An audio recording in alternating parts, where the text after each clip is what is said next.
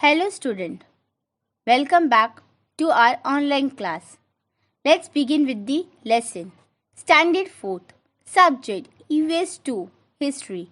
Lesson number 12, the Siege of Purandar and the Treaty with the Mughal Emperor. Read on Surat. Shivaji did not sit idle. Aurangzeb's troops were lying waste the whole of Maratha. To bring the emperor to his sense, Shivaji carried out his drawing read on Surat. Surat was so far away from Pune that no one but Shivaji could have thought for his drawing read. Surat was then a great center of the trade in the Mughal Emperor and a very rich city. Shivaji carried out the raid successfully and brought home a boot worth lakhs of rupees. Shivaji did not forsake ethics in the raid on Surat, the churches and the mosque. He did not show disrespect to the women. Aurangzeb, in a furious rage, he now decided to put an end to the Maratha kingdom. He ordered his great general Mirza Raje Jai Singh to humble Shivaji to assist the Mirza Raje in the campaign. He set with his few trusted Sardars like Diler Khan. The two landed in the Deccan with a huge army and unlimited funds. Swaraj was in real danger. Immediately after his return from the expenditure of Surat in 1664 AD, Shivaji Maharaj heard a sad news. Shahaji Raje has suffered an accidental death while on a hunt. Shivaji and Jijabai was greatly grieved. Holding his mother close to his bosom, Shivaji Maharaj consoled her. Siege of Purandar by the Mughal Emperor. Purandar was one of the Shivaji big and strong fort. Diler Khan knew that Shivaji could not be defeated as long as he was the master of Purandar. Therefore, led sail to his powerful fort. He had a huge army under his commanders. Murarbaji was in charge of the fort. He was a determined fighter who would not easily yield to treated. He was also supported by brave troops. With their help, Murarbaji decided to defeat the fort. Diler Khan's gun went into action. Frederick cannon balls began to drop on the fort. Murarbaji and his brave men held on. The first bastion on the march collapsed under gunfire. Diler Khan troops captured the whole lower fort. Murarbaji decided to attack the Mughal troops with a selected contingent of 500 men. He opened the gate of the upper fort, shouting there was war cry, Har Har Mahadev.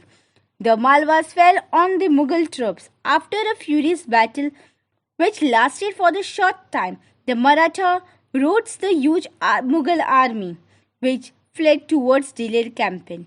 Murarbaji followed them into hot pursuit. With his troops, he entered the campaign of Diler Khan. The army troops were in the flight, and the Marathas in the pursuit. Cries and shouts filled the whole campaign. In a great hurry, Diler Khan mounted his elephant and looked ahead. There was Murarbaji hacking the soldier to pieces. His squad moved like lightning, cut throats, broke herds, and pierced the heart of the army. No one could stop him or hold him in check. Diler Khan watched in administration with his great deeds of bravery. Murarbaji's incomparable valor. Seeing Diler Khan, Murarbaji asked him troops to attack in full force and himself advanced towards Diler Khan. The Mughal troops at the last surrounded Murarbaji on all sides. Then Diler Khan shouted, "Wait! Hold back your squad." The Mughal troop had tilted and moved back a little. The Diler Khan addressed Murarbaji. "Until now I have not seen a squadman like you. You come over to our side. I promise you complete safety. The Emperor will make you a Sardar and reward you with the jagi." His eyes red with anger, Murabaji said in return, "We are the loyal servant of Shivaji Maharaj. Who wants to buy safety from you? Why should we come over to your side? And who wants your Emperor Jagi?" He then moved forwards in the direction of Diler Khan and again started attacking his Sardar soldiers. Diler Khan, who was sitting in the elephant back and realized an arrow with priest Murabaji's neck. Murabaji fell to the ground. His follower lifted his dead body and took it back to the upper fort. What if one Murabaji is fallen? We too are brave like him. We will fight with courage. Saying so, they begin to fight against without losing heart. Shivaji heard the news with a great sorrow.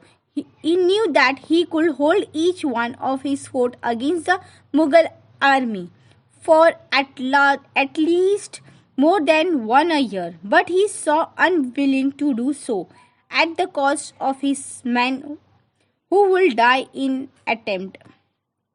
Treaty of Purandar. What could be done? He was not strong enough to fight the powerful Mughal. All his political skill was also of no avail. There was only one thing he could do. He decided on the temporary withdrawal from the fight. He would enter with a treaty with the Mughal Emperor. He went and saw Jai Singh. This was a very sensible and statesmanship things to do. He said to Jai Singh, "Mirza Raje, you are a Rajput. You can understand our suffering. The Emperor campaign having led the country waste and people are in great misery. I have undertaken this task of establishing Swaraj so that people may be happy. You should join me in this uphill task. If you agree to let us, myself and my Malwa will be your trusted follower." Jai Singh he pursued Shivaji to sign a treaty of peace with the emperor. Shivaji signed the treaty and according to terms 23 forts and a territory with a revenue of 4 lakh horns of gold coin were to be handed over the emperor. The Treaty of Purandar was signed in 1665. After the treaty was signed, Jai Singh suggested to Shivaji that he should go to Agra and see the emperor. He was guaranteed Shivaji's safe return. Shivaji thought over the suggestion. He knew that the emperor could not be trusted.